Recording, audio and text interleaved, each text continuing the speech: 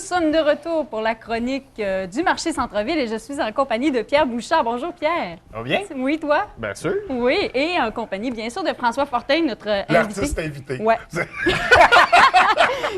qui ne s'est pas invité pour cette chronique, soit dit en passant. Non, ça donnait. Je pensais oui. comme ça. Ça sentait le piquant, je suis monté. Oui. J'aime ton courage. Ouais. On se souvient que la dernière chronique...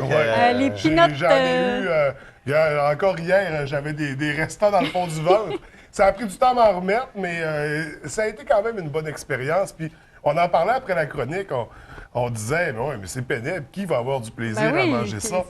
Mais c'est une question d'orgueil. Hein? Quand on est une gang de gars... Les gens qui aiment ça, François. Les gens qui aiment ça, mais même un plat de peanuts comme ça, puis une gang de gars autour, oui, puis lance le défi, puis tout le monde va en manger, puis tout le monde va en remanger. Tout le monde va boire aussi, parce que ça donne le coup d'éteindre le feu. Puis tout le monde va s'en rappeler le lendemain matin. Ça éveille l'orgueil, le piquant. Hein? Oui. Puis, faut le dire, après l'émission, on a eu un des caméramans qui a décidé de... On y avait un petit peu piqué l'orgueil, puis il a décidé de se rincer le gosier avec quelques poignées. Ça n'a pas juste rincé. Hein? Ça fut un regret assez immédiat. Hein? On voyait le regret dans les larmes. Oui, non? effectivement. Donc, beau petit gadget pour se faire bien du plaisir en famille ou entre amis. Puis effectivement, un petit concours, pas piquer des verres là, pour égayer les soirées. C'est ça, ceux et celles qui ne comprennent pas de quoi on parle, ben, c'était les peanuts de la piquantes. semaine. La dernière chronique, on peut aller les revoir sur Internet, c'était extrême comme peanut. Oui, et effectivement. Là, aujourd'hui, Pierre, de quoi on parle? Parce que là, on s'en tient toujours aux bières, à la saucisse et aux sauces piquantes. Saucisse fêta olive. OK. On va apporter 2 bières blondes, puis je vous ai apporté une sauce qui est faite par une des maisons de sauces piquantes les plus reconnues à travers le monde entier. OK. Fait qu'on va goûter à ça, on va regarder Super. ça. Je vais commencer par couper la saucisse. Ensuite, non, je vais vous servir de la bière. Comme ça, OK. vous êtes capable de vous en On parler. est prêt de toute manière, que ce soit Là, mon saucisse, petit verre de sauce, j'ai de la misère avec. Ça doit être le fun dans les micros. OK, on va changer de pile. une pile plus Bon, coopérante. pour parler de la saucisse, faites un livre. L'idée à part d'où? Si tu faisais une salade grecque, il restait des olives, du feta, puis... En fait, là, tu connais l'histoire de Merci. nos saucisses. On avait acquis à l'époque une charcuterie. Fait que ça, c'est une des saucisses qu'on n'a eu aucune idée de ça. C'est pas, le mérite ne nous revient pas. C'est vraiment une des saucisses qui était faite à cette époque-là. OK. Une des... tu sais, la NHL, ils ont 6 équipes originelles. Ben nous, on a les 20 saucisses originelles. Et là, qui était déjà un succès, puis qui était déjà apprécié des consommateurs. Donc, Exactement. Donc, qui est faite complètement différemment de nos autres saucisses. En fait, on a 2-3 variétés. On a les gens qui aiment plus la chair. Donc, on passe moins... on passe la chair avec une plaque à hachoir plus grosse. Donc, ça va D'ailleurs, donner des... J'en profite pour souligner que quand on se fait une commande de saucisses, on peut préciser la texture, je crois, qu'on va avoir dans... Absolument. Et Comme ça, là. c'est quelque chose d'hyper intéressant qu'on retrouve pas d'habitude quand on s'achète de la saucisse. Ben, Non. c'est ça. Fait que c'est une option que Ça les vient de gens mon goût personnel. ne pensent pas. tu sais. Oui. Ben, les gens ne le savent même pas. Non. Fait que c'est une éducation encore à faire hein, dans la saucisse. Premièrement, les gens, une saucisse, c'est fait comment? On entend tellement de choses d'un bord et de tous côtés Il y a ci, concernant puis il y la a ça saucisse. dedans. Exact. Mais tu sais- je pense que ça parle en général de la petite saucisse fumée, là, que celle-là, on connaît pas trop les ingrédients. Exact. Tu sais, quand on fait... écoute, il y a tellement d'émissions de cuisine aujourd'hui, là. À travers le monde, en fait, plein de gens qui passent leur temps à aller d'un bord puis de l'autre pour essayer d'aller rencontrer les cultures de bouffe, tout ça. Puis ils sont payés pour ça. Ils sont payés pour ça. Mais ça fait des beaux chefs-d'œuvre, des belles émissions. Moi, je suis un crocheté de ce type Définitivement. d'émission-là. Il y a des chaînes comme Zest, où il y a Exact. que ça, des émissions comme ça. Exact. Ben moi, là, il y a une chose particulière qui a attiré mon attention. C'est vraiment, il y a un aliment qui est cuisiné à travers le monde, de différentes façons. Mais il y a toujours un aliment que tout le monde mange sur la planète, Partout. incluant les Asiatiques, et c'est la saucisse. Qu'on soit en Amérique du Sud, en Russie, en Australie, en Chine, au Japon, en Amérique du Nord, tout le monde mange de la saucisse. Toutes les cultures ont leurs variantes, leurs recettes. Effectivement, parce qu'il faut bien comprendre que la saucisse est née à l'époque, quand on tuait un animal, on le mangeait au complet. Il faut bien comprendre qu'on mangeait Donc, les tout ce boyaux, qui est les intestins d'abat, aussi. etc. Là. Puis on parle même en Irlande, on connaît le haggis, qui est comme un estomac fourré avec les abats à l'intérieur. Fait que ça, c'est comme encore une fois une espèce de grosse saucisse. Donc, chaque culture a son type de saucisse. Il y en a de très populaires, comme on s'en va au Portugal, on va avoir le chorizo. Ouais. Portugal, Espagne. Ensuite, les Français sont très, très, très reconnus pour leurs saucisses. La Toulouse, la merguez qui vient d'ailleurs aussi. Il y a 2 types de merguez. Il va en avoir dans le sud de la France et également, je pense, en Italie, qui ont de la merguez, même au Portugal aussi. Mhm. Donc, qu'on soit n'importe où dans le monde, on va toujours avoir des types de saucisses. C'est vraiment du peuple. C'est vraiment un aliment du peuple pour nourrir beaucoup de monde. Donc, c'est pas négatif la saucisse, mais c'est toujours fourré de différentes façons. Fait qu'il n'y a pas de façon de faire une saucisse. Il y a notre façon, en fait. Fait que c'est pour ça que nous, on en a différentes. C'est pour plaire à une majorité de puis gens. C'est un peu comme la tourtière. Tout le monde a sa Oui. recette. là. Exact. Puis, tu sais, on va passer la chair. On peut avoir chair seulement avec un liquide et quelques épices. Ça va nous donner une saucisse complètement différente de celle-ci. Celle-ci, il y a même des œufs à l'intérieur. Ça se rapproche de la préparation d'un pain de viande. Mhm. Moi, c'est moins mon truc. Mais celle-ci, je l'adore parce que le feta et les olives, j'adore ça. Et moi, j'aime ça, avoir une texture. J'aime ça croquer dans la viande. Je suis un carnivore. Tandis que ça va être plus être type pain de viande, un petit peu, tu sais, une texture plus granuleuse. Un amalgame, un beau mélange, mais justement qui fait en sorte que tu n'as pas une texture très, très coriace. Très, Exactement. Fait que ça, c'est encore une fois, il y en a qui préfèrent le filet mignon à la bavette. Ça, c'est une question de goût. Puis c'est pour ça qu'on décide d'en faire plusieurs, pas juste variétés au niveau des saveurs, mais variétés au niveau des textures également, au niveau de la saucisse en elle-même. Complètement. Première bière. Oui. On se lance. Je vous ai apporté, aujourd'hui, là, je me lance à peu près un petit peu n'importe comment, parce que c'est quand même assez difficile à faire un agencement avec le feta, les olives, de la bière et de la sauce piquante. Ouais.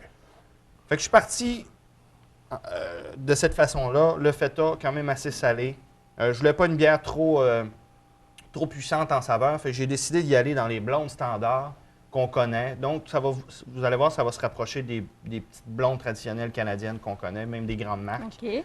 avec bien évidemment plus de saveur.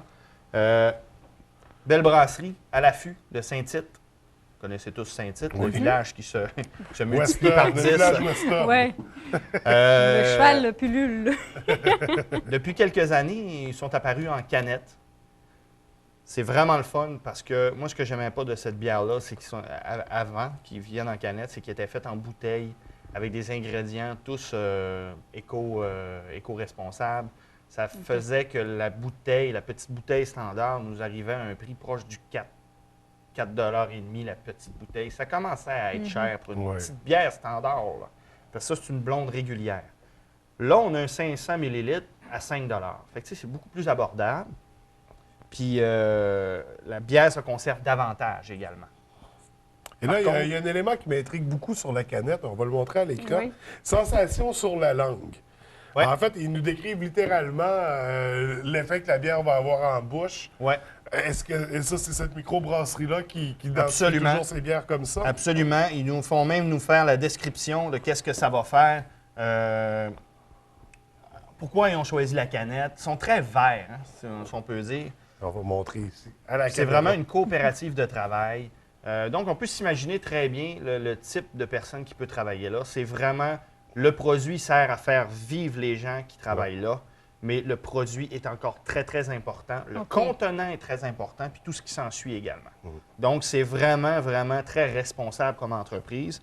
Fait que, au-delà de boire une bonne bière, parce qu'ils ont d'excellents produits, bien, on sait très bien qu'on est responsable en achetant ce produit-là. On sait de quelle manière c'est fait, on sait pourquoi. Une entreprise responsable du Québec, on l'encourage. Et voilà. Et on en est fiers, surtout quand le produit est bon. Et c'est ce qu'on va découvrir à l'instant. donc Puis on n'en a pas toute l'année, hein, parce qu'il faut bien comprendre que leur production en été, Ouais, c'est fini. Ils font pratiquement plus de produits pour distribution. Ah oui. Ils ont de la misère à circuler fournir dans les rues. leur bar. Carrément. Donc, je vous invite à goûter à la saucisse également. Oh, ouais, Non, on va prendre la gorgée. Très doux, hein, comme Oui. comme Donc, saveur. la blonde de Saint-Tite. qui est, à mon avis, la bière la plus bue là-bas des festivaliers. Pourquoi? Ben, Parce que on la comprend. blonde standard reste encore Oui. la bière la plus vendue. Puis c'est le genre de bière dangereuse que sans t'en apercevoir. Tu t'en rends pas compte, oh, mais- j'en ai déjà pris oui. 6. Effectivement. Parce qu'elle est très, c'est ça, c'est très Elle est doux. douce, très- c'est ça, elle est pas trop présente, Oui, pas avec trop. la chaleur du pas soleil, trop et chargée. puis... Ah, bien froide au soleil, c'est sûr que c'est un succès. Effectivement. Je Et vais vous la laisser saucisse? goûter à la saucisse Oui. sans la sauce parce que j'aimerais vous parler de la sauce avant que vous J'ai de goûtiez. l'olive, j'ai du feta. Effectivement. Pendant ce temps-là, je vous parle de la sauce. Hmm. Donc, la Blair Jalapeno Dead Sauce. Bien entendu, la plupart des sauces piquantes sont non traduites. Donc, c'est des produits qui nous viennent des États-Unis. On commande ça par Internet. Ce qu'il y a de particulier avec cette sauce-là, en fait, regarde ça, elle vient avec un porte-clés. Oh!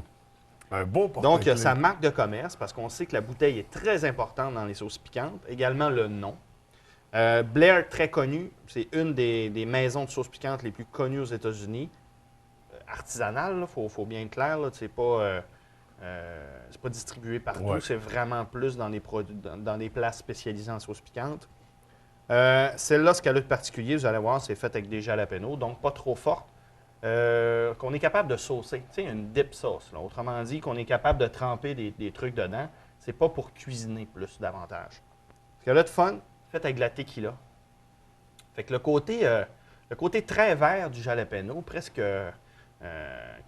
qui rappelle carrément le Mexique, Oui. vient épouser là, la tequila. Tu vas voir, c'est vraiment fantastique cette Est-ce sauce qu'on peut piquante-là. goûter avec Absolument. la saucisse? Parce que tantôt, on parlait d'une saucisse fromage feta et tout ça, qui est quand Ouais. même doux. Mais Puis là, on parle d'une sauce de type artisanal, mais les bières sont de type artisanal. Ta saucisse est artisanale. Ouais. C'est de l'artisanat alimentaire, ces chroniques-là. Effectivement. C'est littéralement. hey, c'est très bon. Ben, tu sais, on est un petit peu épicurien, hein, fait qu'on Ouais. aime ça. On aurait très bien pu manger, faire une saucisse, apporter un truc Merci. saucisse à hot dog, apporter du ketchup, puis une Coors Light. On aurait eu Ouais. moins de plaisir. Mais c'est ça. Ça fait Comment? plus. Comment agrémenter nos rencontres, et voilà. C'est ça, tu sais. On aurait fait moins de découvertes. Oui, absolument. C'est vrai qu'elle est bonne, la sauce, Oui, mais je suis vraiment. pas sûr d'y avoir bien goûté. Oui, hein, Non, pas sûr. Je vais... c'est ça. Donc, Test petit numéro côté, 2. Non, c'est très, très bon avec... deuxième la bière, sauce. une bière qui nous vient de la Gaspésie. Le Naufrageur, qui a une gamme extraordinaire de bières, qui ont également leur bière saisonnière. Celle-ci, c'est un produit régulier, une bière blonde standard, tout ce qu'il y a de plus de base. Donc, qui va être très semblable à celle-ci. À OK. mon avis, un petit peu plus, pas coriace, là, parce qu'on n'est vraiment pas dans des saveurs coriaces, là, mais un petit peu plus relevé comme saveur. OK. Une bière passe partout.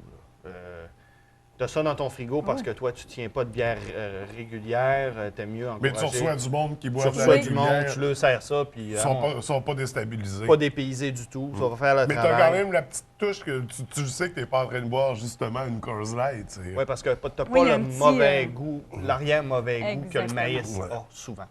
Parce qu'on sait, les bières commerciales, souvent, sont faites accélérer avec du sirop de maïs.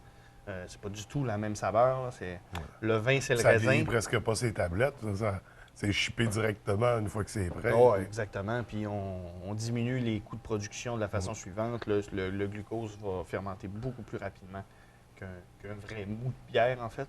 Donc, on diminue le temps de fermentation. Donc, on libère les cuves plus rapidement. C'est une question d'argent. Puis, Ouais. bien sûr, le malt vaut beaucoup plus cher. Parce qu'il faut bien comprendre que la microbrasserie, c'est la folie présentement. Mais ces gens-là consomment du malt, consomment du houblon. Fait que les prix ont augmenté en flèche dernièrement. Donc, le prix de la bière. Donc, va le suivre. prix de la C'est bière sûr que- suit ouais. obligatoirement. Ça n'a pas le choix.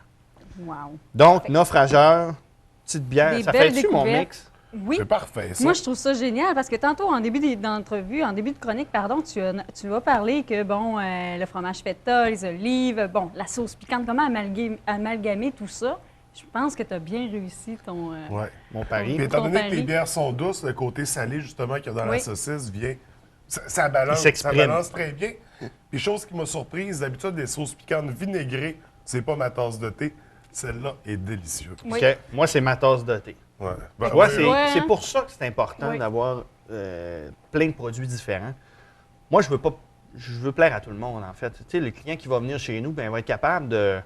On est capable, là, de goûter. Ben, ça nous permet de conseiller aussi. Ouais. Tu sais, les sauces, je pourrais me permettre de seulement les vendre, mais c'est pas ça qui m'intéresse. Je veux conseiller le client.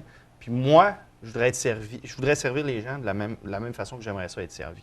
Donc, c'est important pour moi de faire les tests et de goûter à toutes ces Puis produits. le principe de code aussi de saveur qui est complètement incroyable, justement, c'est ce qui fait qu'on se retrouve. Qu'on parlait dans l'autre Exact. chronique, Ouais. on peut choisir à partir de, bon, ben, qu'est-ce que j'ai aimé, puis si je veux retrouver un peu dans la même famille, ben c'est possible aussi. Ouais. Exact. Puis je suis en train de plancher justement pour un code pour les sauces piquantes également. Bon. OK, ça se voit. Démystifier tout ça. Une belle collection de sauces piquantes comme ça, belle collection de bières Ouais. avec le code. C'est à un seul Hey. endroit, marché centre-ville. Marché centre-ville. Donc, on va vous voir votre gang.